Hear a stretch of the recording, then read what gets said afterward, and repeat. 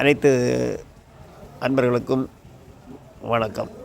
இன்று ராஜபாளையம் முத்தமிழ் சங்கம் தொடர் ஆய்வரங்கம் 93வது நாளை சென்று கொண்டிருக்கிறது. இந்த நிகழ்விலே பங்கெடுத்து சிறப்புடன் இணைந்துள்ள அனைவருக்கும் மீண்டும் வணக்கத்தை தெரிவித்துக் கொண்டு, நமது இன்று சிறப்புரையாளராக திருக்குறள் மாமணி ராஜேந்திரன் அவர்கள் திருக்குறளும் திருமூலரும் என்ற தலைப்பில் பேசி வருகிறார்கள். அவர்களை வாழ்த்தி வழங்குவோம். வாருங்கம்மா, வாருங்கள்.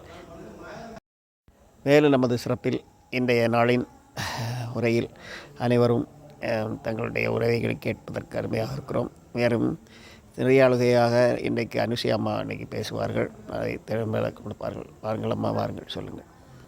ஐயா ஐயா இல்லைங்கய்யா, நெறியாளுகை அம்மா சரஸ்வதி அம்மா என்னுடைய பேர் கொடுத்திருந்தாங்க. நீங்க ஆரம்பிங்க அம்மா, நீங்க ஆரம்பிச்சு விடுங்க. நல்லபடியாக பல விஷயங்கள். வாழிய செந்தமிழ், வாழ்க நற்றமிழர், வாழிய பாரத மணித்திருநாடு என்ற மகாகவி பாரதியார் அவர்களினுடைய கவிதை வரிகளை மனதில் நினைந்து நம்முடைய இந்த வெற்றிகரமான ராஜபாளையம் முத்தமிழ் சங்கத்தினுடைய இன்றைய நிகழ்வுக்குள் நாம் அடியெடுத்து வைக்கலாம். முதலாவதாக கடவுள் வாழ்த்து. பானுமதி அம்மா,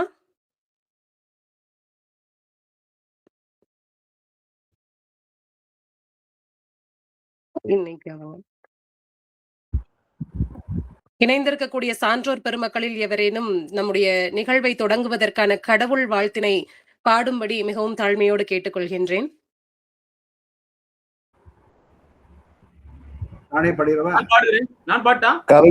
கவிஞர் இருக்கிறாரு.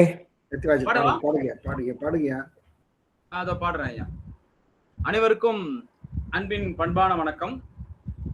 தமிழ் தாய் வாழ்த்து பாடுறேன் நான். நீராறும் கடலொடுத்த நிலமடந்த எழிலொழுகும் சீராறும் வதனமென திகழ்பரத கண்டமிதில் தெக்கனமும் அதில் சிறந்த திராவிடனர் திருநாடும் தக்க சிறு பிறை நுதலும் தரித்தனரும் திலகமுமே அத்திலக வாசனை போல் அனைத்துலகும் இன்பமுற எத்திசையும் புகழ் மணக்க இருந்த பெரும் தமிழனங்கே தமிழனங்கே உன் சீரிழமை திறம்பியந்து செயல் மறந்து வாழ்த்துதுமே வாழ்த்துதுமே வாழ்த்துதுமே. நன்றி. நன்றி ஐயா. தமிழ் அன்னையை வணங்கி நம்முடைய நிகழ்வுக்குள் இன்றைய தினம் அடியெடுத்து வைக்கலாம். அறத்தான் வருவதே இன்பம் என்கின்ற அற்புதமான கருப்பொருளோடு இயங்கிக் கொண்டிருக்கக்கூடிய நம்முடைய ராஜபாளையம் முத்தமிழ் சங்கம் தினம் தினம் ஒரு சிறப்பான அமர்வை, ஒரு சிறப்பான அரங்கத்தை நடத்தேற்றி கொண்டிருக்கின்றது. இந்த அரங்கத்தில் ஒவ்வொரு நாளுமே ஒவ்வொரு துறை சார்ந்த சான்றோர்கள் வந்து மிகச் சிறப்பாக தங்களுடைய ஆய்வு உரைகளை வழங்கி கொண்டு வருகின்றார்கள்.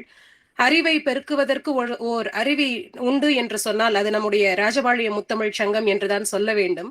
அந்த அளவிற்கு மிகச் சிறப்பானதொரு அமர்வை தினம்தோறும் நம்முடைய ராஜபாளையம் முத்தமிழ் சங்கம் இணைய வழியாக நடத்தி கொண்டு வருகின்றது. அந்த வகையிலே இன்றைய தினம் திருவள்ளுவர் ஆண்டு 2057 பங்குனி திங்கள் 3வது நாள் செவ்வாய்க்கிழமை 17/3/2026 இன்றைய தினம் நம்முடைய ராஜபாளையம் முத்தமிழ் சங்கத்தினுடைய 93வது அமர்வில் தற்போது இணைந்திருக்கக்கூடிய அத்துணை தகை சார்ந்த சான்றோர் பெருமக்களையும் என்னுடைய இரு கரம் கூப்பி வருக வருக என வரவேற்பதில் பெருமகிழ்ச்சி கொள்கின்றேன். இன்றைய தினம் நம்முடைய இந்த அமர்வு என்பது ஒரு தனிச்சிறப்பு வாய்ந்த ஒரு அமர்வாகத்தான் இருக்கும் என்று நான் எதிர்பார்க்கின்றேன். நிச்சயமாக அது நிறைவேறும் என்கின்ற நம்பிக்கையும் உண்டு. ஏனென்றால் இன்றைய தினம் நமக்கு சிறப்புரையாளராக வந்திருக்கக்கூடிய திருக்குறள் மாமணி ராஜேந்திரன் ஐயா அவர்கள் எடுத்துக்கொண்ட தலைப்பும் அத்தகைய ஒரு அரியதொரு தலைப்பாக அமைந்திருக்கின்றது. இன்றைய நிகழ்விலே தலைமை உரை நிகழ்த்த இருக்கக்கூடிய எவாஞ்சலின் மனோகரன் ஐயா அவர்களையும், குமரி செல்வன் ஐயா அவர்களையும், கந்தன் ஐயா அவர்களையும், ரமேஷ் எத்திராஜ் ஐயா அவர்களையும், சரஸ்வதி அம்மா அவர்களையும், கோவிந்தம்மாள் அம்மா அவர்களையும், பானுமதி அம்மா அவர்களையும், நாகஜோதி அம்மா அவர்களையும், அழகுராஜ் ஐயா அவர்களையும், மனோகரன் ஐயா அவர்களையும், அசோகன் ஐயா அவர்களையும் மற்றும் இணைந்திருக்கக்கூடிய அத்துணை சான்றோர் பெருமக்களையுமே வணங்கி, இன்றைய சிறப்புரையாளராக இருக்கக்கூடிய ராஜேந்திரன் ஐயா அவர்கள் எடுத்துக்கொண்ட தலைப்பு என்பது திருவள்ளுவரும் திருமூலரும் என்கின்ற ஒரு அற்புதமான அரியதொரு தலைப்பு என்றுதான் சொல்ல வேண்டும். ஏனென்றால் இருவருமே அத்துணை ஒரு ஆகச்சிறந்த சான்றோர் பெருமக்கள். தெய்வப்புலவர் திருவள்ளுவர் வாழ்வியலினுடைய அடிப்படையை நமக்கு நூலாக படைத்து தந்தவர். அதே போல உயிர் என்பது எத்தகையது என்பதனை உணர்த்தக்கூடிய திருமந்திரத்தை வழங்கிய திருமூலர். இவர்கள் இருவரையும் இணைத்ததொரு தலைப்பாக இன்றைய தலைப்பு என்பது ஆகச்சிறந்த ஒரு தலைப்பாக அமைந்திருக்கின்றது. அப்படிப்பட்ட ஒரு சிறந்த தலைப்பிலே சிறந்ததொரு உரையை வழங்குவதற்காக வந்திருக்கக்கூடிய நம்முடைய சிறப்புரையாளராக இருக்கக்கூடிய திருக்குறள் மாமணி ராஜேந்திரன் ஐயா அவர்களை தற்போது சிறப்புரை வழங்குமாறு, எங்களுடைய சிந்தனைகளை துவக்குமாறு அன்போடு அழைக்கின்றேன். ஐயா, வாருங்கள் ஐயா.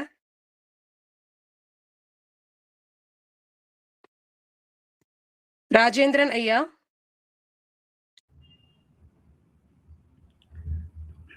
பெற்றதாய் தனை மக மறந்தாலும், பிள்ளையை பெறும் தாய் மறந்தாலும், உற்ற தேகத்தை உயிர் மறந்தாலும், உயிரை மேவிய உடல் மறந்தாலும், கற்றஞ்சம் கலை மறந்தாலும், கண்ணின்று இமைப்பது மறந்தாலும், நற்றவத்தர் உள்ளிருந்து ஓமும் நமச்சிவாயத்தை நான் மறவேனே.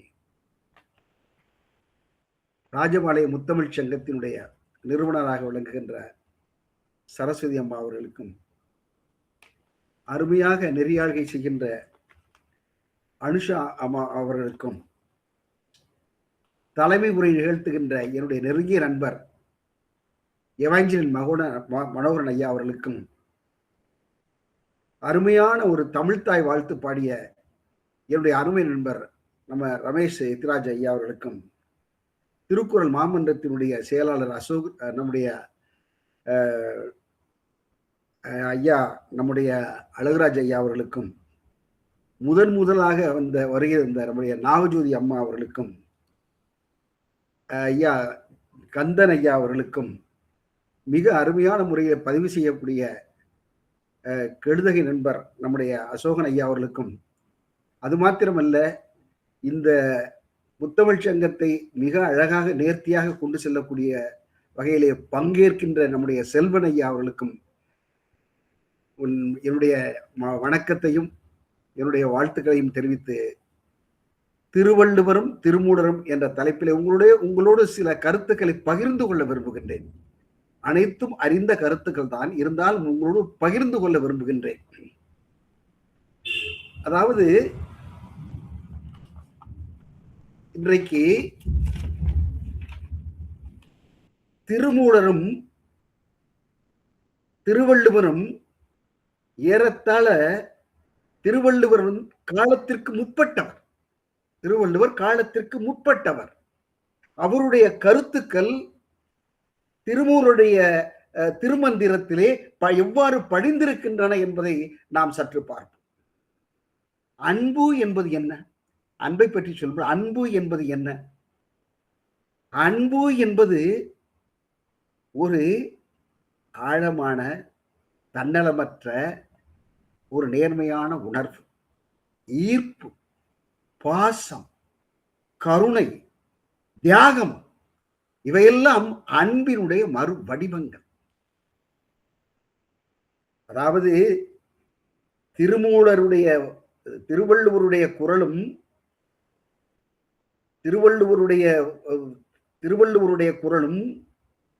திருமூலருடைய குரலும் ஒத்த தன்மையாக இருக்கின்றன.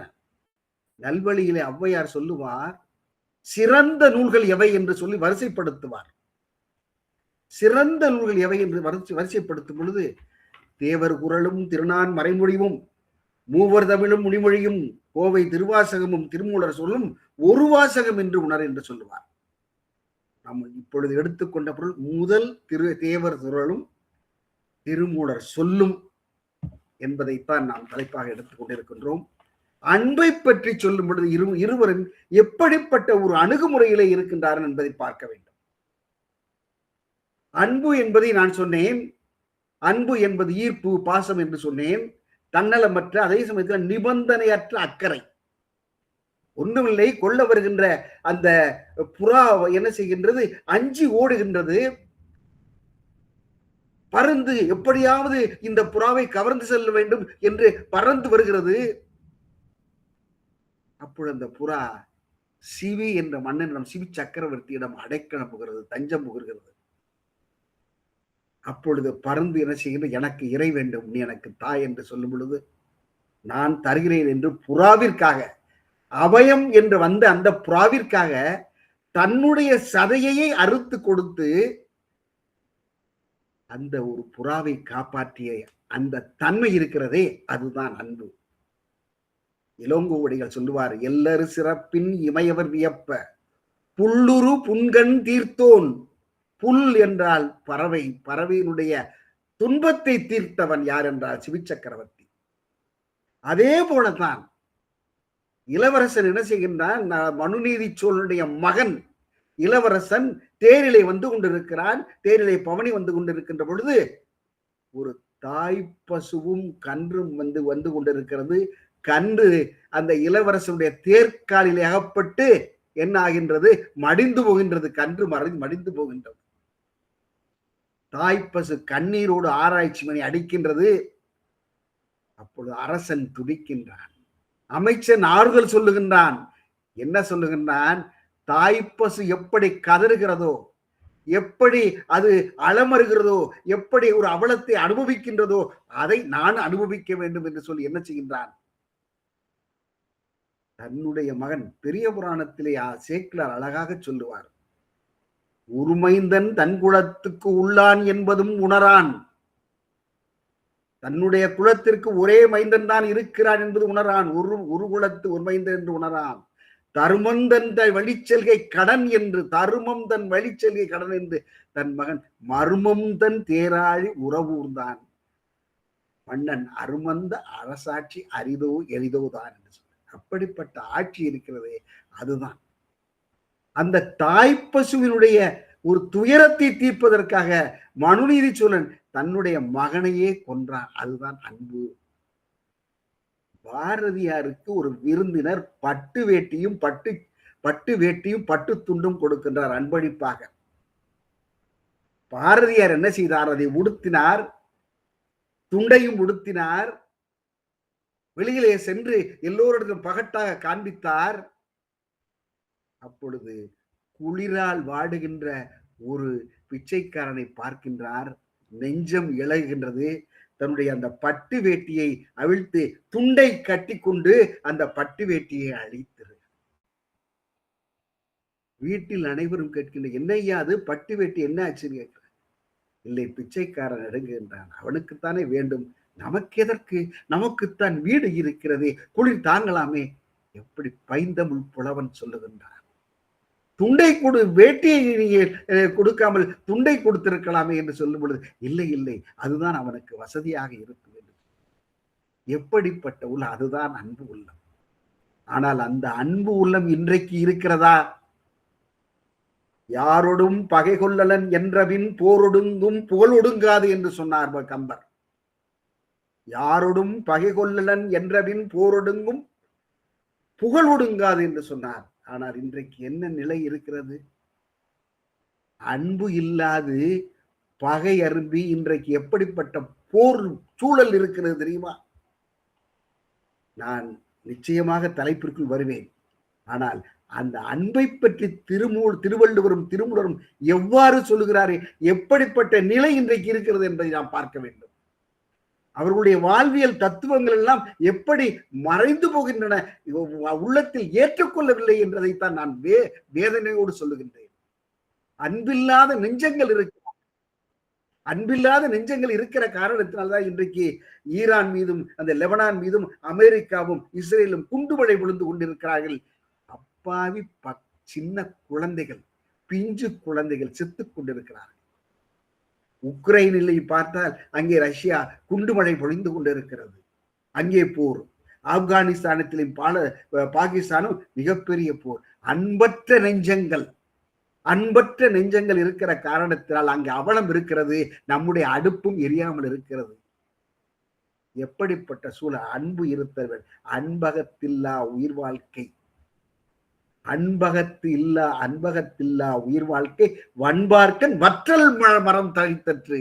அன்பு உன்னுடைய அகத்திலே இல்லாத காரணத்தினால் எப்படிப்பட்ட நிலை இருக்கிறது என்றால், பாலை நிலத்திலே, வறண்ட பாலை நிலத்திலே அந்த ஒரு, அதாவது இந்த வறட்சியான இந்த பயிர் தளிர்த்தது போல இருக்கிறது என்று சொல்லுகிறார்.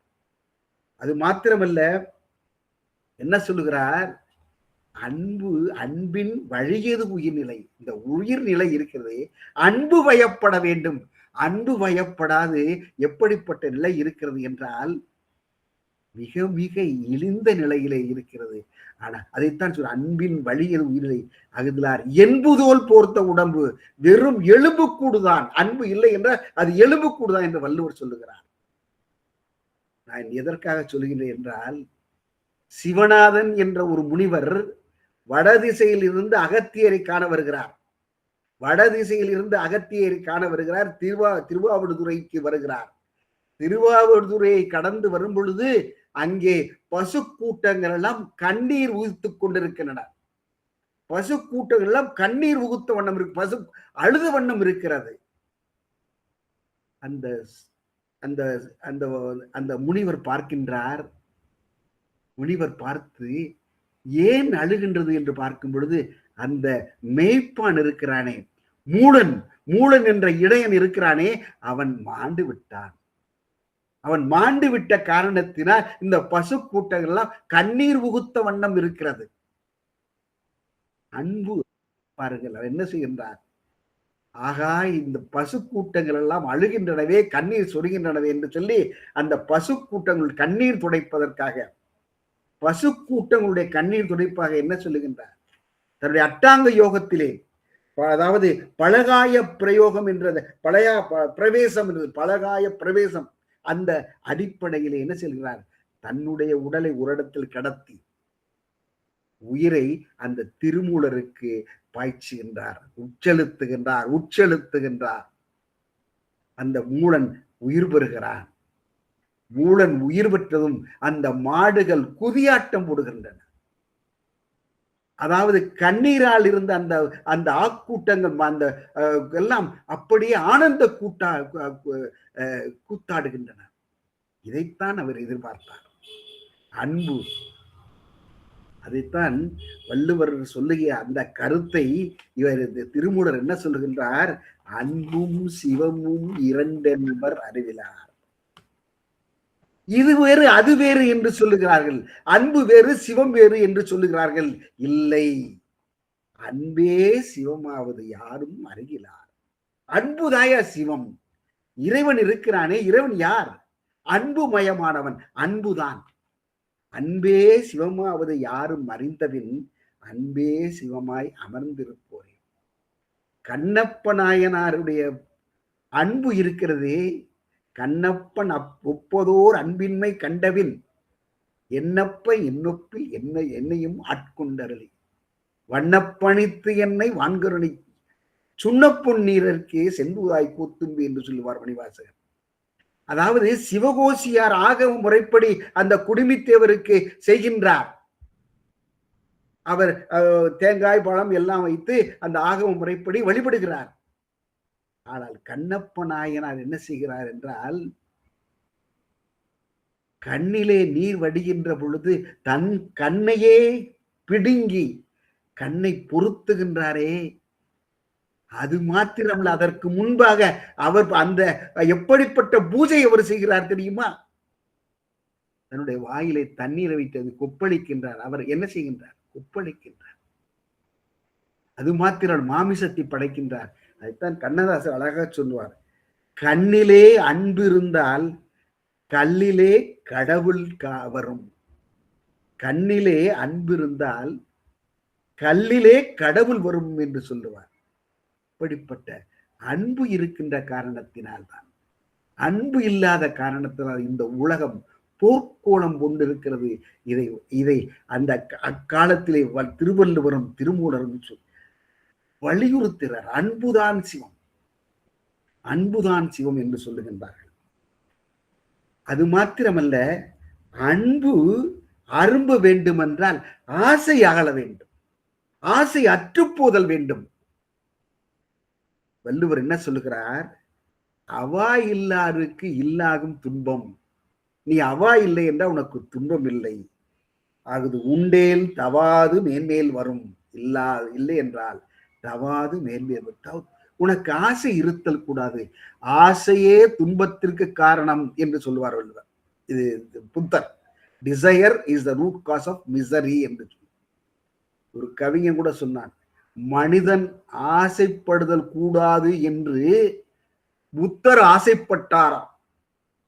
கவிஞன் எழுதுகின்றார். மனிதன் ஆசைப்படுதல் கூடாது என்று புத்தர் ஆசைப்பட்டார். ஆசை என்பது பேராசை இருத்தல் கூடாது. ஆசை என்பது கல்வியில் முன்னேறுதல் வேண்டும், சிறந்த ஒரு புலமையாளனாக வேண்டும் என்ற அந்த ஆசை இருத்தலாம், பேராசை இருத்தல் கூடாது. திருமூலர் சொல்லுகின்றார், ஆசை அருமின்கள், ஆசை அருமின்கள். ஈசனோடு ஆயினும் ஆசை அருமின்கள். ஆசை படப்பட ஆய்வரும் துன்பம், ஆசை விட விட ஆனந்தம் ஆமே என்று சொல்லுகிறார். அது மாத்திரமல்ல, சில அந்த பிறனில் விளையாமையும் திருவள்ளுவர் கண்டிக்கின்றார், வசைபாடுகிறார். என்ன சொல்லுகின்றார்? பிறன்மனை நோக்காத பேராண்மை சான்றோருக்கு அறனொன்றோ ஆன்ற ஒழுக்கு என்று சொல்வார். பிறன்மனை நோக்காத பேராண்மை, அதாவது அதுக்கு பரிமேலழகர் உரை எழுதுகிறார், அருமையாக உரை எழுதுகிறார். இப்படிப்பட்டவர் புறப்பகை அடக்கும் அடக்கும் ஆண்மையுடையாருக்கும் உட்பகையாகிய காமம் அடக்குவதற்கு அருமையாதலின், உட்பகையாகிய காமம் அடக்குவதற்கு அருமையாதலின் பேராண்மை என்று சொன்னார். எப்படிப்பட்ட அருமையான உரை பாருங்க. பிறன்மனை நோக்குதல். பெரிய ரோம் சாம்ராஜ்யத்தினுடைய ஜூலியஸ் சீசர், ஆண்டனி, இவர்களெல்லாம் கிளியோபட்ராவுடைய கண்ணசைவிலே அந்த ரோம் சாம்ராஜ்யத்தையே பாழாக்கினார்கள், ரோம் சாம்ராஜ்யத்தையே சிதறடித்தார்கள். அது மாத்திரமல்ல, வள்ளுவர் அழகான ஒரு குரலை சொல்லுவார், ஐந்தவித்தான் ஆற்றல் விசும்புளார் கோமான் இந்திரனே சாலம் கரி. இந்திரன் என்ன செய்தான்? தேவர்களுக்கெல்லாம் தலைவனாக இருக்கின்றவன், அவன் பிறனில் விளைந்தான். கௌதம முனிவருடைய மனைவி அகலிகை மீது இந்திரன் காம பார்வை வீசினான். எப்படியாவது அடைதல் வேண்டும் என்ற ஒரு குறிக்கொண்டான். கௌதம முனிவர் காலையில் அந்த சில காலை கடலில் முடிப்பதற்காக அவர் தன்னுடைய கடற்கரைக்கு செல்லுகின்றார். அந்த சமயத்திலே அகலிகை கலியாக இருக்கின்ற பொழுது அந்த இந்திரன் கௌதம முனிவர் வேடம் போட்டு அந்த அதாவது அகலியை அடைய முயல்கின்றார். அதனால் ஏற்பட்ட விளைவு, இந்திரனுக்கு ஏற்பட்ட உடலெல்லாம் புண்ணாகி அவன் மிகவும் இழிந்த நிலைக்கு ஆளாக்கப்பட்டான். அதைத்தான் திருமூல் பிறன்மனை நோக்காத பேராண்மை சான்றோருக்கு அறனொன்றோ ஆன்ற ஒழுக்கு என்பதைத்தான் சொல்லுகின்றார். ஆத்த மனையால் அகத்திருக்க, அதே சமயத்திலே காத்த மனையாளை காமுறும் காளைகால் விழித்து சொல்லுகின்றார். இனிய கனி இருக்கும் பொழுது நீ நாற்றங்காயை, நீ சாதாரண ஒரு புளி, அதாவது வேப்பங்காயை நீ பறிக்கலாமா? நீ அந்த இழிந்த ஒரு நடத்தையில் நீ ஈடுபடலாமா என்று திருமூலர் கேட்கின்றார். இப்பொழுது என்ன சொல்லுகிறார்? உடல் வலிமையாக இருத்தல் வேண்டும் என்ற கருத்திலே திருவள்ளுவரும் திருமூலரும் உடன்படுகிறார்கள். மருந்து என்ற அதிகாரத்திலே திருவள்ளுவர் சொல்லுவார், மிக அழகான குரல். மருந்து என்ற அதிகாரத்தை படைக்கின்ற பொழுது உடலை பேணுதல் வேண்டும். காயமே இது பொய்யடா, இது காற்றடைத்த பையடா என்றெல்லாம் அந்த கூற்றெல்லாம் பொய். உடலை பேணுதல் வேண்டும். திருமூலரே சொல்லுகின்றார், உடம்பினை முன்னம் இழுக்கு என்று இருந்தேன் என்றே சொல்லுவார். அதைத்தான் வள்ளுவர் சொல்லுவார், நீ உடலை பேணுதல் வேண்டும். மாறுபாடு இல்லாத உண்டி மறுத்துண்ணின், ஊறுபாடு இல்லை உயிருக்கு. நீ வகையாக சாப்பிட வேண்டும் என்று எண்ணாதே. அதே சமயத்தில் உடலுக்கு ஊறு விளைவிக்கக்கூடிய உணவை உண்ணாதே. உனக்கு உடலுக்கு தேவையான, உடலுக்கு ஊட்டம் கூடக்கூடிய உணவை நீ உண்ணுதல் வேண்டும் என்று மாறுபாடு இல்லாத உண்டு மருந்தென வேண்டாவாம் யாக்கைக்கு. மருந்தே தேவையில்லை, மருந்தே தேவையில்லை. நீ அதே சமயத்திலே அற்றால் அளவறிந்து உண்க, அற்றால் அளவறிந்து உண்க. நீ என்ன செய்ய வேண்டும் என்றால், நீ உண்ட உணவு செரித்தாக வேண்டும், உண்ட உணவு செரித்தாக வேண்டும். அற்றால் அது பெற்றால் நெடிது உயிக்கும் ஆறு. உன்னுடைய ஆயுள் நீளும், உன்னுடைய வாழ்நாள் நீட்சி அடையும் என்பதை சொல்லுகிறார். அது மாத்திரம் ஒரு உவமையோடு சொல்லுவார் வள்ளுவர், இழிவறிந்து உண்பாங்கள் இன்பம் போல். இது இழிவு என்று அறிந்து உண்ணுகின்ற இருக்கின்ற இடத்திலே இன்பம் நிற்கும். அதே போல கலிபேர் இறையான்கள் நோய் அள்ளி அள்ளி உண்ணுகின்றானே, அதாவது வரன்முறை இல்லாமல் உண்ணுகின்றானே, அவனிடத்திலே நோய் தங்கி இருக்கும் என்று சொல்லுகிறார்.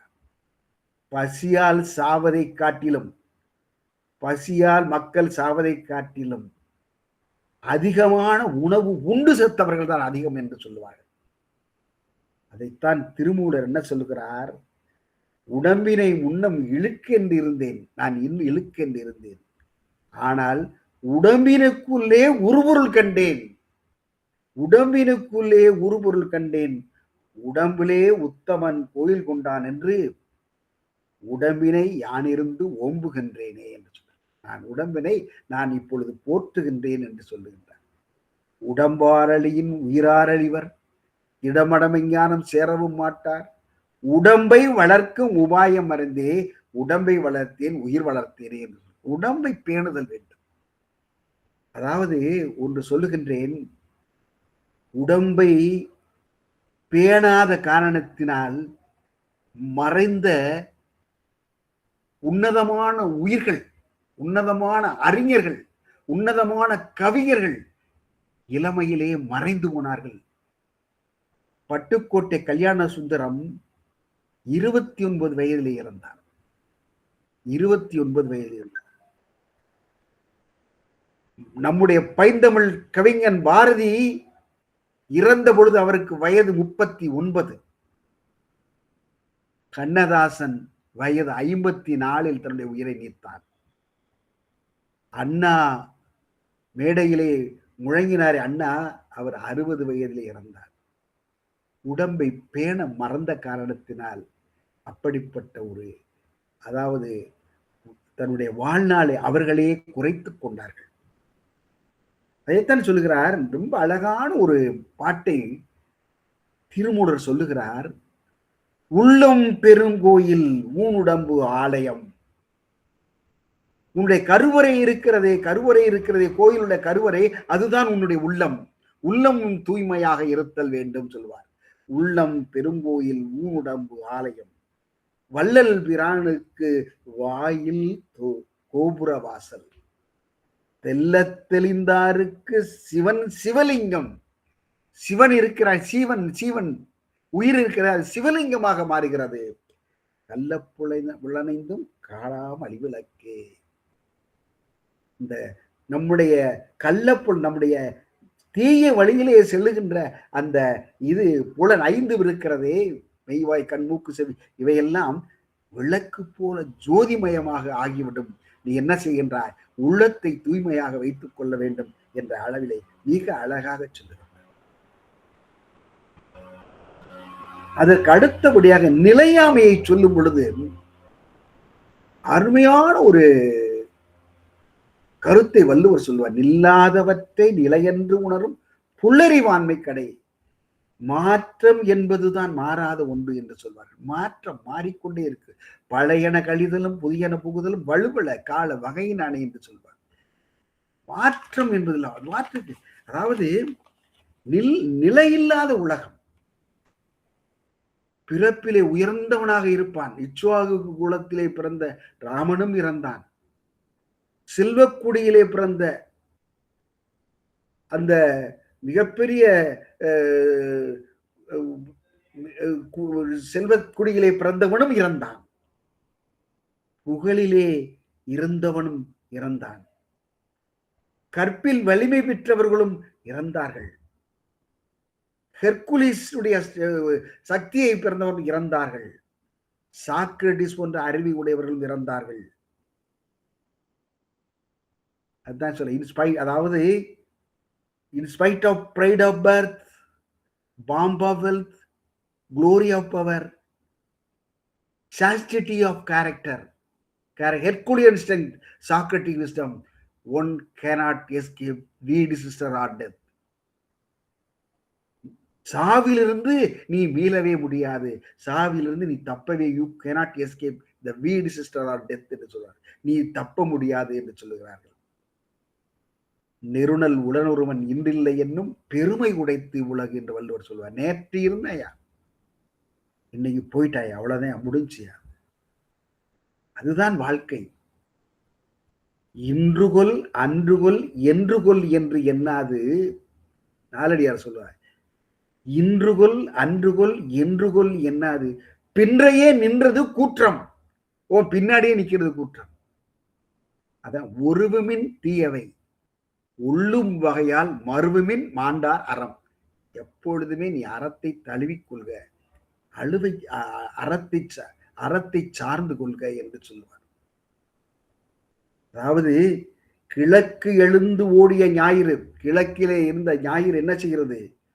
மறைந்து போகிறது. விளக்கண்டும் தேரார் விழியிலாம் மாந்தர், குளக்கன்று முத்தும் எருதாய் சில நாளில் விளக்கண்டும் தேரார் வியனுலகரே. கன்றாக இருக்கிறது எருதாய் சில நாளில் இறந்து விடுகிறது. மாத்திரமல்ல, கடையிலே வேலை ஒரு முதலாளி என்ன செய்கின்றான்? தன்னுடைய மனைவிக்கு போன் செய்கின்றான். கடையிலே இருக்கக்கூடிய ஒரு முதலாளி தன்னுடைய மனைவிக்கு செய்கிறார். ஒரு மத்தியான வேலையிலே, என்ன சமைச்சிருக்கேன்னு கேட்கிறார். நான் சமைத்திருக்கிறேன், நான் சில மட்டன் வகைகள் எல்லாம் சமைத்திருக்கிறதா சொல்லுகிறார். வரிசையாக சொல்லுகிறார். மட்டன் குழம்பு, சிக்கன் வறுவல் என்றெல்லாம் சொல்லி, நான் இதெல்லாம் செய்திருக்கிறேன், நீங்கள் வாருங்கள் என்று அவள் மனமகிழோடு அழைக்கின்றார். இந்த கடை முதலாளி செல்லுகின்றான், வீட்டுக்கு செல்லுகின்றான். நன்றாக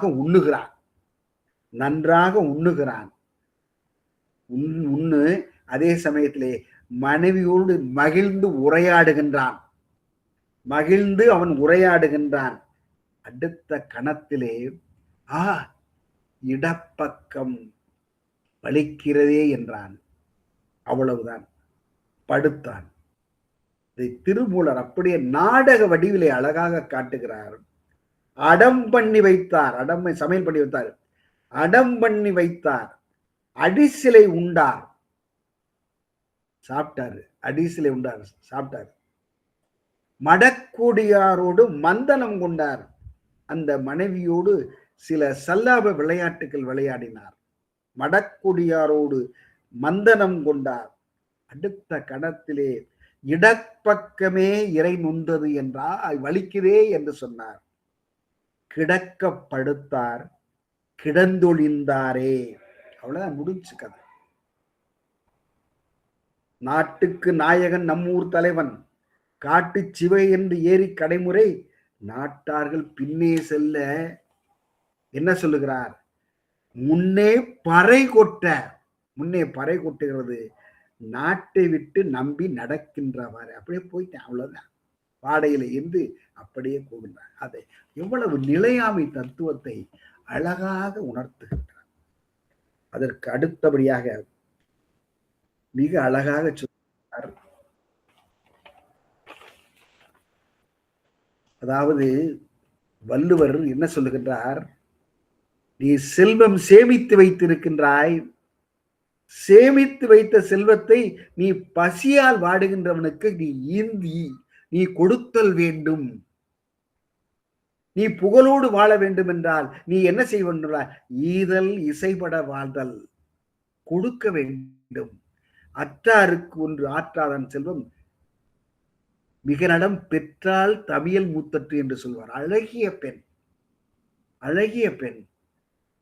அந்த அழகான பெண்ணை எப்படியாவது அடைய வேண்டும் என்று இளைஞர்கள் துடிக்கின்றார்கள். ஆனால் தன்னுடைய அழகு கெட்டு போய்விடுமே என்று என்ன செய்கின்றாள்? திருமணமாகாமலே இருக்கின்றால். கடைசியிலே அவளுக்கு என்ன ஆயிற்று? மணிவிழா கொண்டாடக்கூடிய 60 வயது ஆயிற்று. தன்னுடைய கட்டழகு கெட்டு போய் விடுமோ, கடிமணம் செய்தால் தன்னுடைய கட்டழகு கெட்டு போய் விடுமோ என்றால், ஆனால் காலம் என்ன செய்தது? கபலீகரம் செய்தது. அதுதான் அற்றாருக்கு ஒன்று ஆற்றாதான் செல்வம் மிக நலம் பெற்றால் தமியல் மூத்தற்று. பெற்றால் தமியல் தனியாக இருந்து அவள் அழிந்து போனது போல நீ செல்வம் பெற்றால் என்றால் பிறருக்கு கொடுத்தல் வேண்டும். அற்றார் அழிபசி தீர்த்தல் அவுதொருவன் பெற்றான் பொருள் வைக்கும் புழி என்று சொல்வார். நீ பிறருக்கு ஈதல் வேண்டும், ஈந்து இசைபட வாழ்க என்று சொல்லுகிறார். அதைத்தான் என்ன சொல்லுகிறார் வள்ளுவர்? அழகாக சொல்லுவார், ஈதல் இசைபட வாழ்தல் அது வல்லது ஊதியம் இல்லை உயிருக்கு என்று சொன்ன அதே வள்ளுவர், காக்கை கரவா கரைந்துண்ணும் ஆக்கமும் அன்னநீரை. காக்கை என்ன செய்யும்? எல்லாத்தையும் கூப்பிட்டு இது ஒண்ணு. ஆனால் நாய் என்ன செய்யும்? தானும் உண்ணாது மற்ற நாய்களையும் விரட்டும். அப்படி இருத்தல் கூடாது என்ற கருத்திலே எல்லோருக்கும் உலகம் உண்ண உண். உலகம் பாரதிதாசன் அழகாச்சு, உலகம் உண்ண உண். நீ உலகம் சாப்பிடும்போது எல்லோரும் சாப்பிடும்போது நாம் தனி ஒருவனுக்கு உணவில்லை எனில் ஜெகத்தினை அளித்திடுவோம் என்று சொன்னார். அதைத்தான் திருமூலர் என்ன சொல்கிறார்? யாவருக்குமாம் இறைவருக்கு ஒரு பச்சை. இறைவருக்கு ஒரு பச்சிலை போட்டா போதும், பெரிய அபிஷேகம்லாம் செய்ய வேண்டியதில்லை. யாவருக்குமாம் இறைவருக்கு ஒரு பச்சிலை, யாவருக்குமாம் பசுவிற்கு ஒரு வாயுரை, சும்மா ஒரு கைப்பிடி. யாவருக்குமாம் உண்ணும் போது கைப்பிடி. நீ உண்ணும் பொழுது ஒரு கைப்பிடி யாருக்காச்சும் கொடு. யாவருக்குமாம் பிறருக்கு இன்னுரை தானே, பிறருக்கு இன்னுரை கொடுங்கள் என்று சொல்லுகின்றார். அது மாத்திரமல்ல, நீ படமாட கோயில் இருக்கிறது மிக அழகாக சொல்லுவார். நீ கோயிலுக்கு செய்வதை காட்டிலும் நடமாட கோயில் இருக்கின்றானே, நலிந்து இருக்கின்ற ஒருவனுக்கு, செல்வம் இல்லாதவனுக்கு, வறுமையிலே துடிக்கின்றவனுக்கு, அவனுக்கு நீ பசியால் அவனுக்கு ஏதாவது உணவு கொடு. படமாட கோயில் பகவர் கூன்றியில் நடமாட கோயில் நம்பருக்கு அங்கு ஆகா. நடமாட கோயில் நம்பருக்கு ஒன்று ஈயில். நடமாட கோயில் இருக்கிறதே, அந்த நடமாட கோயில் இருக்கக்கூடிய அந்த நலிந்தவருக்கு ஒன்று கொடுத்தால் அது படமாட கோயில் பகவருக்கு அது ஆமே. யாருக்கு? இறைவனுக்கே போய் சேரும் என்று சொல்லுகின்றார். ஒரு 108 பழங்களை கொண்டு சொல்லுகின்றான் எஜமான உத்தரவுப்படி 108 பழங்களை அந்த வேலையால் சென்று பொழுது சுவாமி மலைக்கு செல்கின்றான். பழத்தை சீப்பு எடுத்துக்கிட்டு 108 பழங்கள் கொண்டு போகிறான். பசியால் 4 பழங்களை சாப்பிடுகிறான். அவன் பசியால் 4 பழங்களை சாப்பிடுகிறான். அங்கே அர்ச்சகர் எழுதுகிறார், உன்னுடைய ஏவலால் 104 பழம் தான் தந்திருக்கிறார் என்று சொல்லும் பொழுது 4 பழங்களை ஏன் தின்றாய் என்று அந்த எஜமானன் வேலையாளை கண்டிக்கின்றான், அடிக்கின்றான். ஆனால் எஜமானுடைய கனவிலே இரவில் கனவிலே இறைவன் சொல்லுகின்றான், நீ கொடுத்த அந்த 4 பழங்களை நான் ஏற்றுக்கொள்கிறேன் என்று சொன்னாராம். அதுதான் நடமாட கோயில் நம்பருக்கு ஒன்றியில், படமாட கோயில் பகவருக்கு ஒன்று ஆமே என்று சொல்லுகின்றார் என்று கூறி,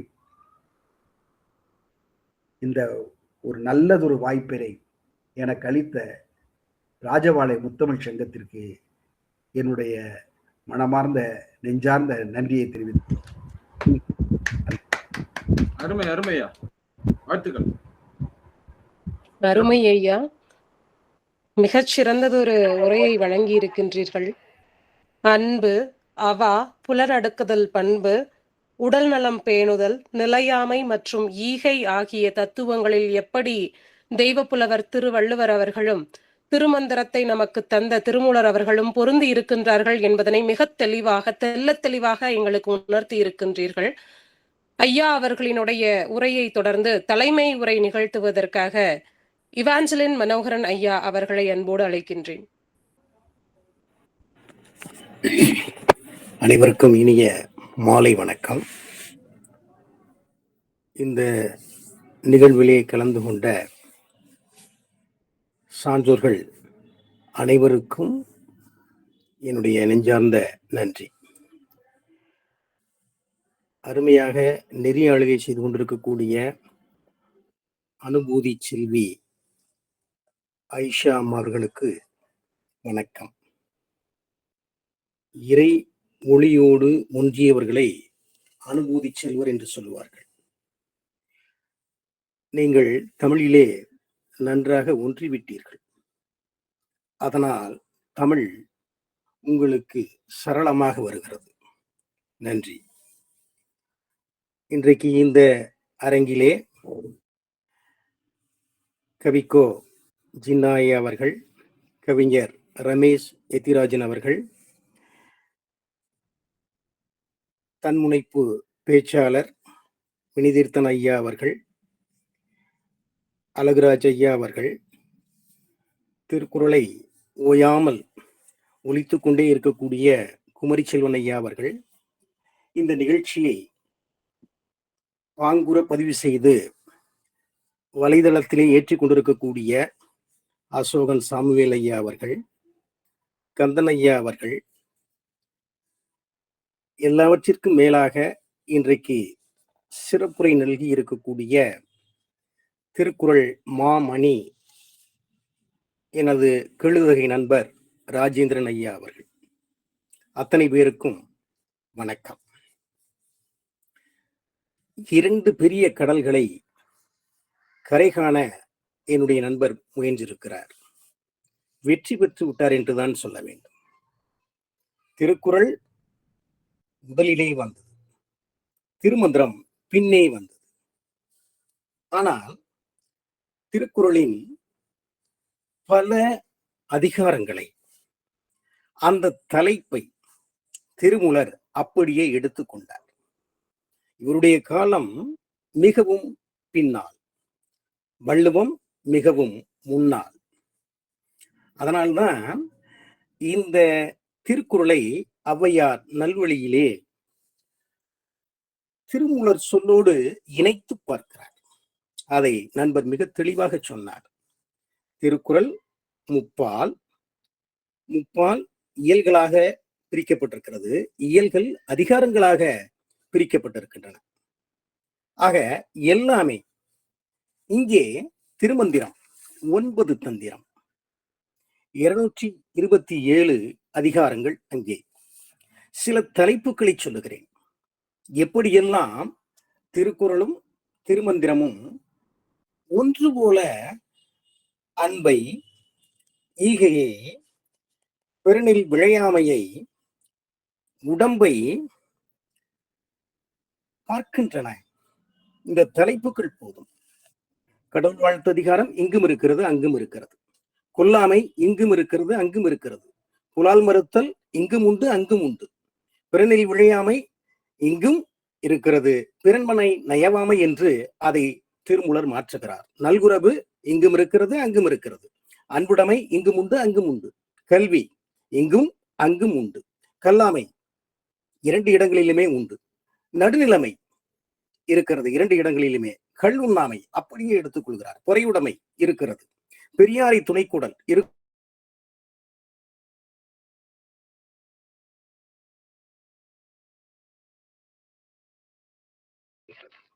ஆக அறத்துப்பாலில் குறள் நிலையாமையை எடுத்து சொல்ல, திருமந்திரத்தில் அந்த நிலையாமையை பிரித்து பார்க்கிறார். யாக்கை நிலையாமை, செல்வ நிலையாமை, இளமை நிலையாமை, உயிர் நிலையாமை என அவர் விரித்து உரைக்கிறார். அதே போல பெரியாரை பிழையாமை என்று குறள் சொல்லுவதை இவர் சற்று விரித்து சொல்லுகிறார். எப்படி என்று சொன்னால், சிவனிந்தை, குருநிந்தை, மகேசுரனிந்தை என்று சொல்லுகிறார். ஆக வள்ளுவர் திருமூலருக்கு மிகச்சரியாக உதவி இருக்கிறார். அதை நண்பர் எடுத்து வைத்துக் கொண்டு கதைகளை அங்கங்கே சேர்த்து அன்பு என்று சொல்லுகின்ற பொழுது நம்முடைய இலக்கிய பாரம்பரியத்திலே சிபியையும் மனுநீதி சோழனையும் சொல்லாமல் இருக்கவே முடியாது. அந்த இரண்டையும் எடுத்து வைத்து அருமையாக சொன்னார். ஆக இந்த அன்பு என்பது இன்றைக்கு குறைவுபட்டதால் தான் போர் வேகங்கள் நம்மையெல்லாம் அச்சுறுத்தி கொண்டிருக்கின்றன. ஆக நமக்கு எண்ணெயும் இல்லை, அடுப்பும் எரியவில்லை. சமகால பிரச்சனையை எவ்வளவு நாசுக்காக தன்னுடைய உரையின் ஊடாக கொண்டு வந்து அத்தனை பேரையும் சிந்திக்க வைக்கிறார். அன்பு இல்லை என்று சொன்னால் இந்த உலக வாழ்க்கை என்பது செழிக்காது. வள்ளுவத்தை உள்ள கொண்டு வர அன்பகத்தில்லா உயிர் வாழ்க்கை வன் பார்க்கன் வற்றல் மரம் தளித்தற்று என்ற அந்த குறளை சொல்லி கண்ணதாசனை கொண்டு வருகிறார். கண்ணிலே அன்பிருந்தால் கல்லிலே தெய்வம் வரும். அருமையான பாடல். ஆக அதை சொல்லி ஆசை வேண்டவே வேண்டாம்.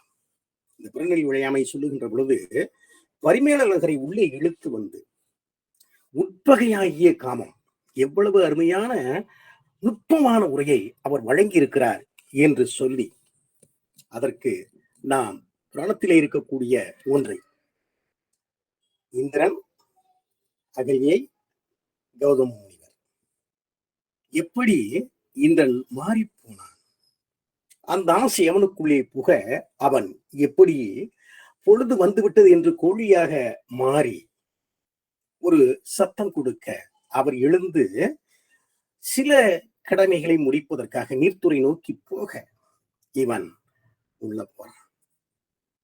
வந்துடுறாரு. இது பொய் அப்படின்னு தெரிஞ்சு வரும்பொழுது இவன் பூனையாக மாறுகிறான். அத எவ்வளவு அழகா கொண்டு வந்து சேர்க்கிறாரு. அதே போல மருந்து நல்ல ஒரு செய்தியை சொன்னார். உடம்ப பேணணும், உடம்பை பேணினால்தான் நாம் சிவத்தை சேர முடியும். எவ்வளவு அழகான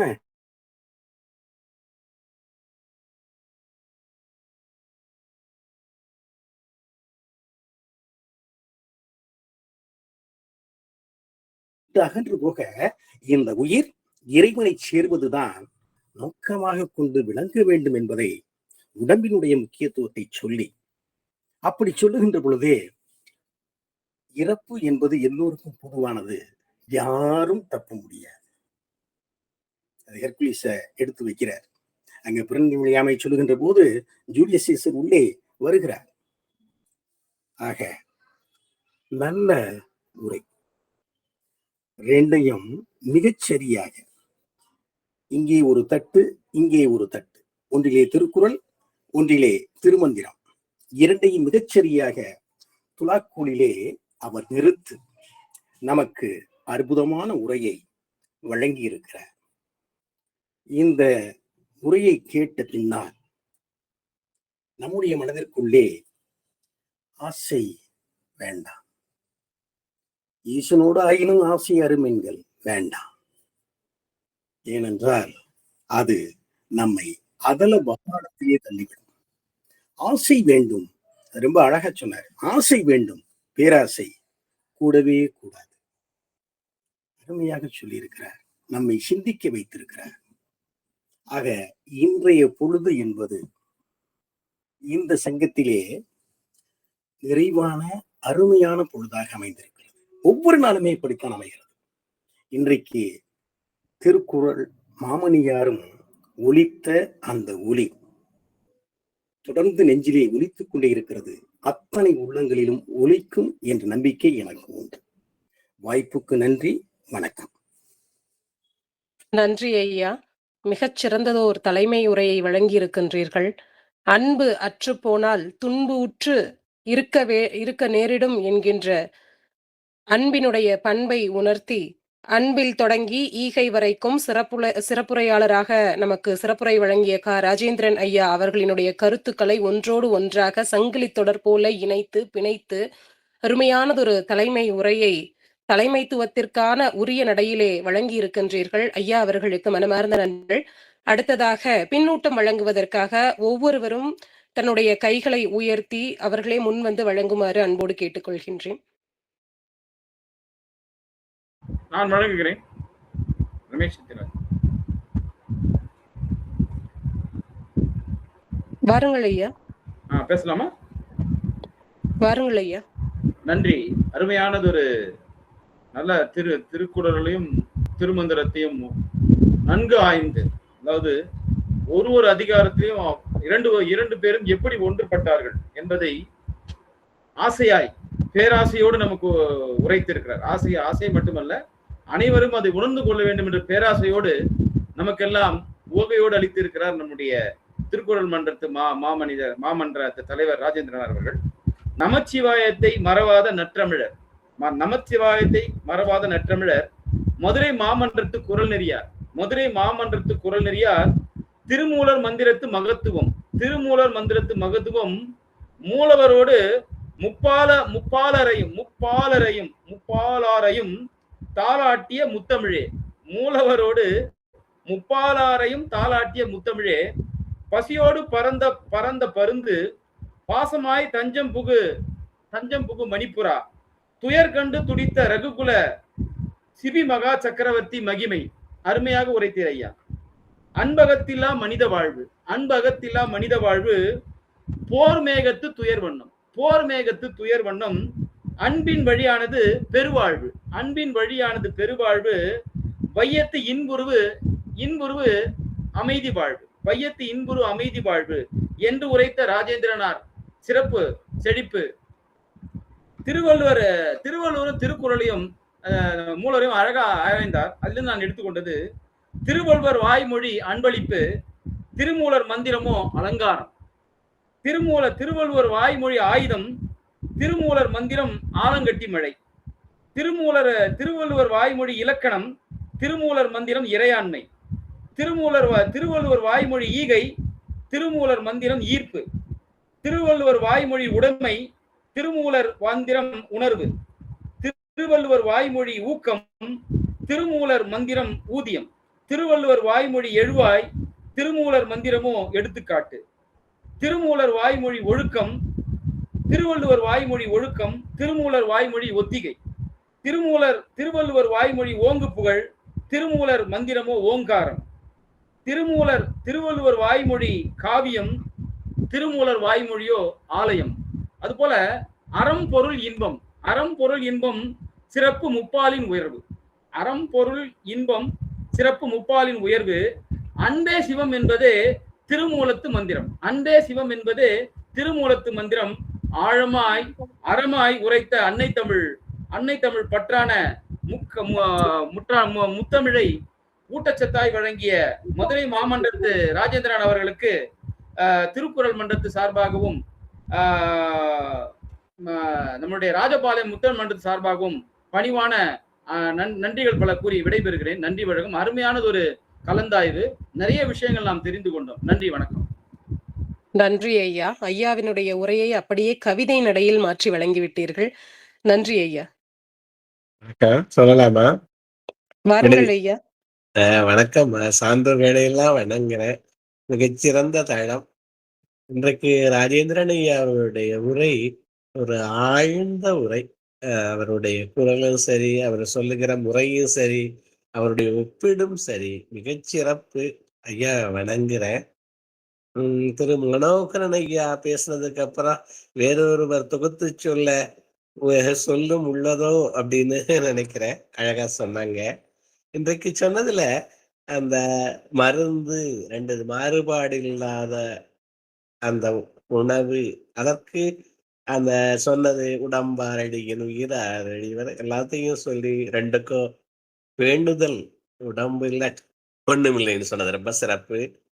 அப்புறம் ஒருவுமின் தீவினை மாண்டார் அறம் அழகா சொன்னாங்க. ஒருவுமின் தீவினை இடப்பக்கம் நொந்ததே அப்படின்னு சொன்னாரு. அப்படிங்கிறதெல்லாம் அது ரெண்டையும் காட்டி சொன்னது ரெண்டு சிறப்பு. செல்வம் பெற்றதால் பயனு மிகநலம் பெற்றாய், இவ்வளவு செல்வத்தை இல்லாட்டி தமிழ் முத்தத்து சொன்னது ரொம்ப சிறப்பு. உலகம் உண்ணவும் யாவர்க்கமாம் ஒரு இன்னுரை சொல்லி மிகச்சிறப்பாக முடிச்சாங்க. இதுல எனக்கு ஒரே ஒரு இது, இந்த இந்திரனே சாலும் கரிக்கு ஒரு மாற்று பார்வையும் உண்டு அப்படிங்கிறதையும் நம்ம இந்த அறிவார்ந்த சரையில சொல்றேன். ஏன்னா ஆற்றல் சொல்றாரு, சாலும் கரிங்கிறாரு, மிகச்சிறந்த சாட்சி சொல்ற போது அது வேதகாலத்துல மரபு. நமக்கு மருத நிலத்தினுடைய தலைவன் இந்திரன் தான். இந்திரன்கிறது ஒரு ஆற்றலாலே பெற்ற பதவி. பின்னாடி வந்த பெருந்தெய்வ வழிபாடு, புராண வழிபாடு, கிருஷ்ணனை உயர்த்தி பிடிப்பதற்காக கோவர்த்தனகிரி மற்றதெல்லாம் வந்ததாக சொல்கிறார்கள். இந்திரனை நம்ம கொண்டாடி இருக்கோம், பலராமனை கொண்டாடி இருக்கோம். பனைமரத்தை உள்ள இது தமிழர் நெறி, சங்ககால நெறி இந்திரனை கொண்டாடி இருக்காங்க. அவர் வேறொன்னும் இல்லை, ஆற்றல் ஐந்தவித்தான் ஆற்றலுக்கு அது ஒரு குறியீடாத்தான் அதை பார்த்திருக்காங்க அப்படிங்கிற ஒரு செய்தியையும் சொல்லி மிகச்சிறப்பு. ஒவ்வொருவரையும் வணங்குகிறேன், வாழ்த்துகிறேன். நன்றி அம்மா. நன்றி ஐயா, மிக அருமையானதொரு பின்னோட்டம். அடுத்ததாக பின்னோட்டம் தர விரும்புபவர்கள் தங்களுடைய கைகளை உயர்த்தி பின்னோட்டத்தை வழங்குமாறு அன்போடு கேட்டுக்கொள்கின்றேன். அழகுராஜ் திருக்குறள் மாமன்றம் செயலாளர். வாருங்கள். அன்பான மாலை வணக்கம்.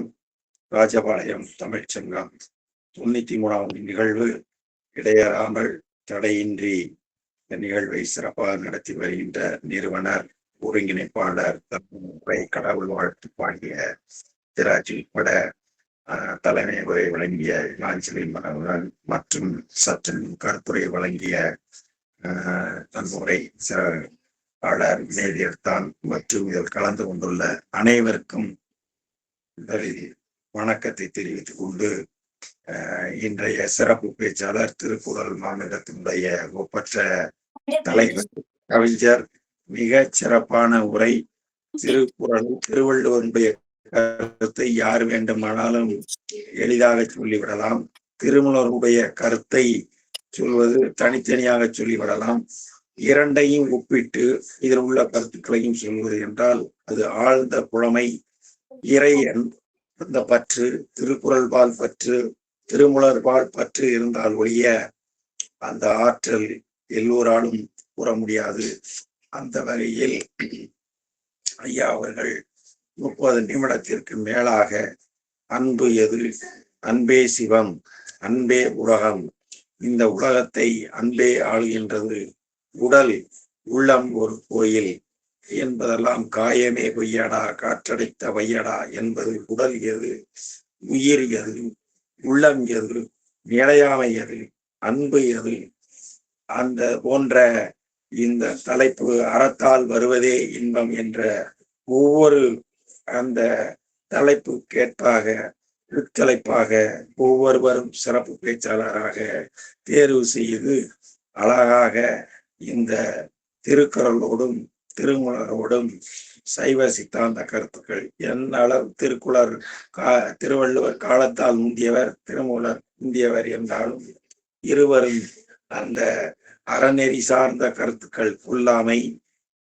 உள்ள கருத்துக்கள், அறத்தையே விரும்பக்கூடியவர்கள், ஈகையை விரும்பக்கூடியவர்கள் என்ற நிலையில் ஐயா அவர்கள் பல வகையிலும், அது மட்டுமல்ல பாரதியாருடைய, கண்ணதாசன் அண்ணா அவருடைய வயதையெல்லாம் 39, 54, 60 இருக்கின்றார்கள் என்றால் அவர்கள் எல்லாம் நாட்டுக்காக பிறருக்காக வாழ்ந்து தன் உயிரை எளிதிலே விட்டவர்கள் என்று மிகச் சிறப்பாக நிலையாமை எது, நிலைத்து இன்னும் அவர்கள் பெயரை சொல்கிறேன் என்றால் பிறருக்காக வாழ்ந்தவர்கள் என்ற நிலையில் அருமையாக சொல்லி பிறன்மலை விளையாமல் எது இப்படி என்றெல்லாம் பல குரட்பாக்களை எடுத்து சொல்லி மிகச் சிறப்பாக எடுத்துரைத்தார்.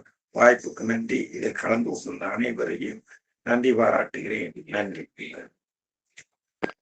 நன்றிங்க ஐயா, மிகச் சிறப்பானதொரு பின்னோட்டத்தை வழங்கி அமர்ந்திருக்கின்றீர்கள். உங்களுக்கு மனமார்ந்த நன்றிகள். இவாஞ்சலன் மனோகரன் ஐயா. பேசிட்டேமா? இல்லைங்க ஐயா, நேரம் 8:01 ஆகிவிட்டது. தொடரலாங்களா ஐயா, இல்ல நிறைவு பண்ணணுங்களா? இல்ல இன்னும் பேசுறவங்க இருந்தாங்கன்னா செல்வன் ஐயா இருக்காரு, அவர் பேச சொல்லுங்க. செல்வன் ஐயா. செல்வன் ஐயா, வாருங்கள் ஐயா, உங்களுடைய பின்னோட்டத்தை தாருங்கள். சரிங்கம்மா, சரிங்கம்மா. இன்னைக்கு ஐயா ராஜேந்திரன் ஐயாவுடைய சிறப்புரை மிகவும் அருமையா இருந்தது. ஒரு அருமையான ஒரு ஆய்வு. அதாவது திருமூலர் வந்து அந்த நாயன்மார்கள்ல ஒருவர். ஆனா வள்ளுவர் இந்த ராஜேந்திரன் ஐயா வந்து 2ல உள்ள முழுமையான அறக்கருத்துக்களை எல்லாம் எடுத்து அதை மட்டுமே அன்பு, அன்பின் வழியது உயிர்நிலை, இந்த மாதிரி அன்பை எடுத்து, அப்புறம் வந்து நிலையாமை எல்லாம் பற்றி சொல்லி, திருமந்திரத்தில் உள்ள முக்கியமான கருத்துக்கள் மருந்துங்க அதிகாரத்தை சொல்லும்போது ஒரு அருமையான கருத்து சொன்னாங்க. உடம்பால் அழியின் உயிரார் அழிவர். அது நிறைய அந்த இது வரும். உடம்பை வளர்த்தேன் உயிர் வளர்த்தேன். இதெல்லாம் வந்து அவரு 63 நாயன்மார்ல ஒருத்தரா இருந்தா கூட இதெல்லாம் அறக்கருத்து. இதுல பக்திக்கு இடம், இந்த கருத்துக்கள்ல பக்திக்கு இடமே இல்லை. உடம்பால் அழியின் உயிரார் அழிவர், உடம்பை வளர்த்தேன் உயிர் வளர்த்தேன்.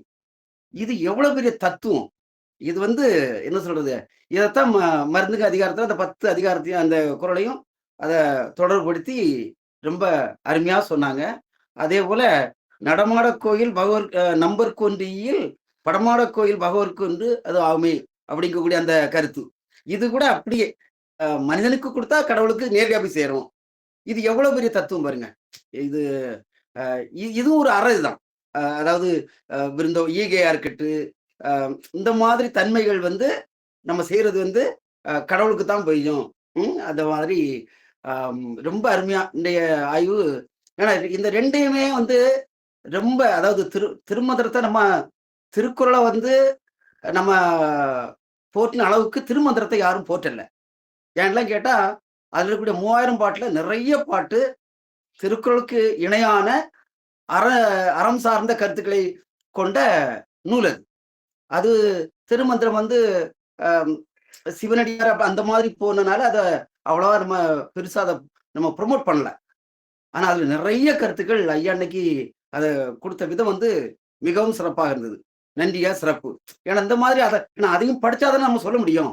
மிக அருமையாக இருந்தது.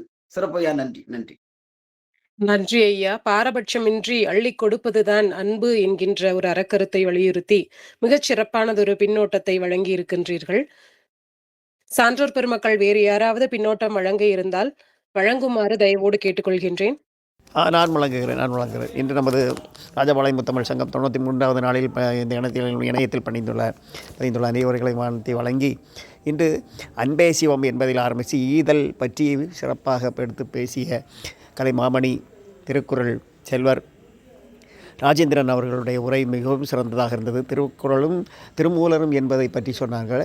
அதில் வந்து அன்புக்கு இல்லை என்றால் அன்பு இல்லது என்பதை பற்றி இன்றைய போரை பற்றி நினைவுபடுத்தினார்கள். மேலும் கண்ணதாசருடைய கண்ணிலே அன்பிருந்தால் அந்த பாடலும் நமக்கு கொடுத்துருந்தாங்க. கண்ணப்ப நாயனாருடைய செயல்களும், திருவாவூதுரை மாடுகள் அழுதன பற்றிய கதையும், இந்திரன் கௌதம முனிவராக வேடம் கொண்டு வந்தது.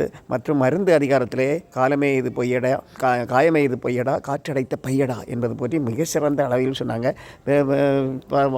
வாழ்ந்தவர்களெல்லாம் தங்களுடைய உடலை பேணாமல் குறுகிய காலத்திலேயே இறந்த செய்தியும் கேள்விப்பட்டோம். இது பற்றி எவ்வாறும் அருமையாக நமக்கு பல கருத்துக்களை இங்கே தெளிவுபடுத்தி திருக்குறளுடைய அறங்களை பற்றி நமக்கு எடுத்துரைத்து அதை பற்றி நமக்கு ஒரு விழிப்புணர்வாக ஏற்படுத்திய தந்தை ஐயா அவர்களுக்கு நன்றி பாராட்டும் வாழ்த்தி வழங்குகிறேன். வெகு சிறப்பு இன்றைய தளம். மேலும் அருமை. நன்றி ஐயா. அருமையானதொரு பின்னோட்டத்தை வழங்கி இருக்கின்றீர்கள். மிக்க நன்றி ஐயா. ஏற்புரைக்கு போயிடலாங்களா ஐயா?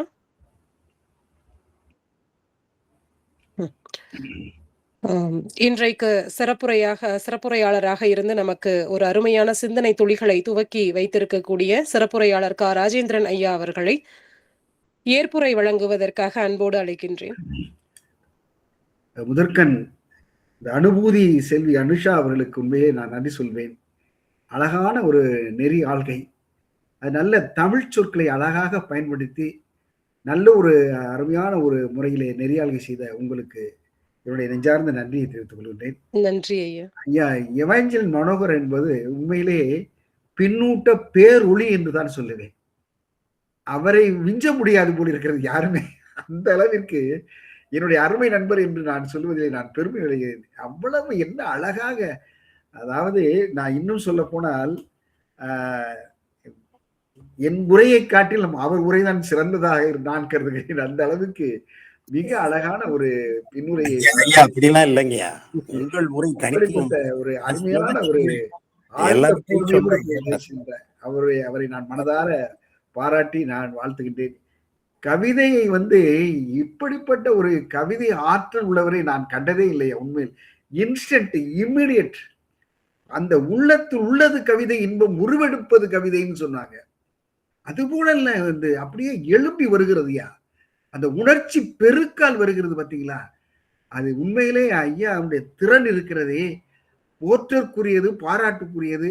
அந்த தொண்டு மேலும் மேலும் வளர்க்க வாழ்த்துக்கள்யா. அடுத்து வினைதீர்த்தான் ஐயா ஒரு அருமையான ஒரு பின்னூட்டம். அவர் ஐயா ஐந்தவித்தான் ஆற்றல் அகல் விசுள்ளார் போமான் இந்திரனே சாலும் இந்திரனை பழிதூற்றக்கூடாது. அவர் கருத்து உண்மையிலே என்னை சிந்திக்க தூண்டியது உண்மையிலே. ஏனென்றால் மாயோன்மே, அதாவது இந்திரனை நாம் வழிபடு தெய்வமாக கொண்டாடுகிறோம். 4 வகை தெய்வங்களும் நமக்கு வழிபடு தெய்வமாக நாம் கொண்டாடுகின்றோம். பழந்தமிழ் மக்கள் கொண்டாடி இருக்கார். அவரை பழிதூட்டலாமா என்ற ஒரு கேள்வியை அவர் விடுத்திருக்கிறார். அது உண்மையிலேயே பொருத்தமான ஒரு கேள்விதான். என் சிந்தையிலே உண்மையிலேயே அதை நன்கு பட்டது ஐயா. உண்மையிலே ஐயா அவருக்கு நன்றி. அழகுராஜ் ஐயா அவர்கள் மிக அழகாக நல்ல ஒரு பின்னூட்டம் வழங்கினார். எப்பொழுதுமே என்னை பாராட்டக்கூடியவர் ஐயா அவர்கள். அவர் நன்றி ஐயா, அவர்களுக்கு நன்றி. செல்வன் ஐயா மிக அருமையாக, செல்வன் ஐயா பின்னூட்டம் எனக்கு மிகவும் ஆறுதலாகவும் ஒரு நல்ல ஒரு ஊக்கமாகவும் இருந்தது. ஐயா செல்வன் ஐயா அவர்களுக்கும் என்னுடைய நெஞ்ச நிறைந்த நன்றியும். அசோகன் ஐயா எப்பொழுதுமே நல்ல ஒரு புன்னகை பூத்த ஒரு முகத்தினராய், நல்ல ஒரு அவர் உண்மையிலேயே நான் இதுவரைக்கும் கண்டதில்லை. ஆனா அந்த புகைப்படத்தை பார்க்கும் பொழுது அவரை உண்மையிலேயே மனதார பாராட்டி உண்மையிலேயே நேரடியாக அவரை சதிக்க வேண்டும் என்ற ஒரு பேர் ஆர்வம் நான் கொண்டாகிறது. அது ரொம்ப நன்றி. இப்படிப்பட்ட ஒரு அருமையான நிகழ்வை தந்த முத்தமிழ் சங்கத்துக்கு என்னுடைய நெஞ்சார்ந்த நன்றியை தெரிவித்து நிறைவு செய்கின்றேன். நன்றி, வணக்கம் ஐயா. நன்றி ஐயா. நன்றி ஐயா. அறத்தான் வருவதே இன்பம் என்ற கருப்பொருளை கொண்டு இயங்கி வரக்கூடிய ராஜபாளையம் முத்தமிழ் சங்கத்தினுடைய 93வது அமர்வு இனிதே நிறைவடைகின்றது. மீண்டும் நாளை தினம் சந்திக்கலாம். அனைவருக்கும் நன்றி, வாழ்த்துக்கள். அனைவருக்கும்